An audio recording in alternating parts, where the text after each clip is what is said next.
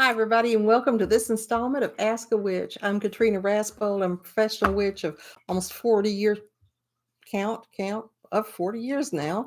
And I've uh, done a lot of work for people, done a lot of work for myself, spent a lot of time studying the occult and magic and all aspects of witchcraft.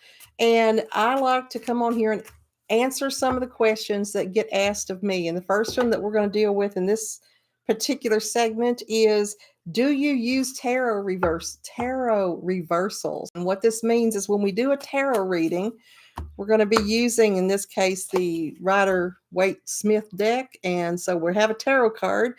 And what the reversals means is that you throw out the cards and one of them comes out, or some of them come out upside down. Now, there's some readers that prefer to always read reversals. They don't ever go through and put their cards in order. They just shuffle, and whatever comes up comes up. They keep them reversed in there, and they feel that that gives them double the number of interpretations and cards to read, which is a fair assessment.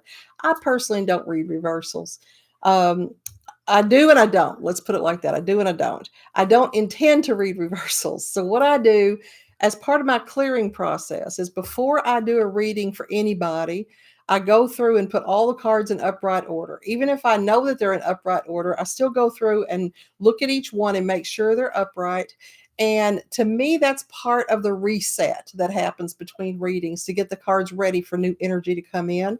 And so I know when I hand them to the client, or when I start to shuffle them for somebody or for myself, that they're in upright order. And so then I'll shuffle them all up, throw them out in the spread, and lo and behold, sometimes some of them will still come up reversed. It just seems like it's meant to be. So when that happens, I go ahead and read the reversals because I figure that that's how the reading was meant to be.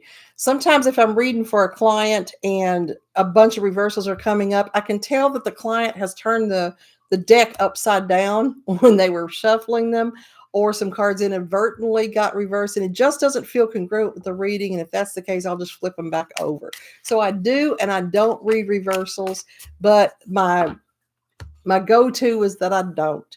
And the reason is because I feel like there's no message that I can't convey through all of the upright cards. So I don't see a need to convolute it by going into the reversals. If you read my book called Tarot for Real People, I do have reverse interpretations in there for the people that do like to use them. And the reverse interpretation is usually either uh, an opposite or a muted version of what's upright. So when the Three of Pentacles, for instance, is upright, it means a master. It's somebody who's very good at what they do. It means becoming very good, very accomplished at what you do. And when it's reversed, it tends to mean somebody who isn't living up to their potential. They're not doing the best that they can do.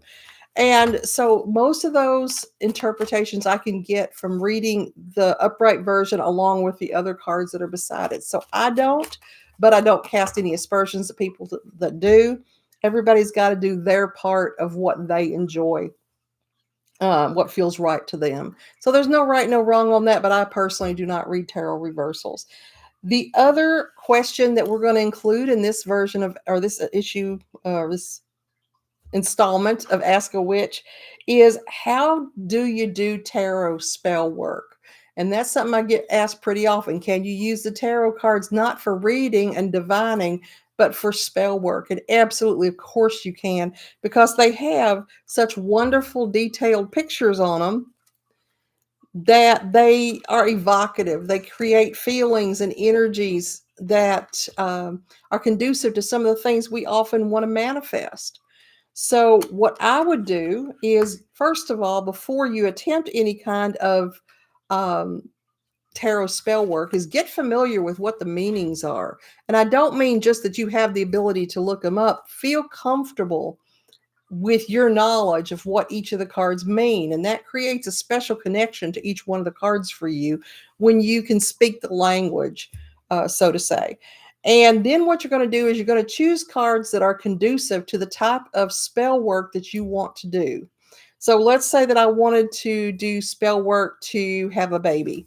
The Empress is going to be a really good choice for that because she's often depicted as pregnant.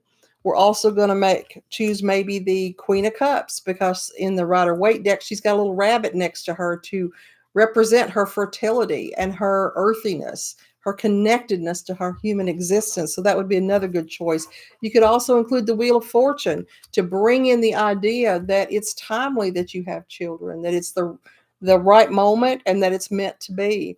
And you can just lay out all those cards on your altar in a sequence, go in and look at them once in a while. I would maybe once a day light a candle, even a little tea light beside them, and focus and spend time with those cards, just feeling the energy of them come over you. And that constitutes spell work.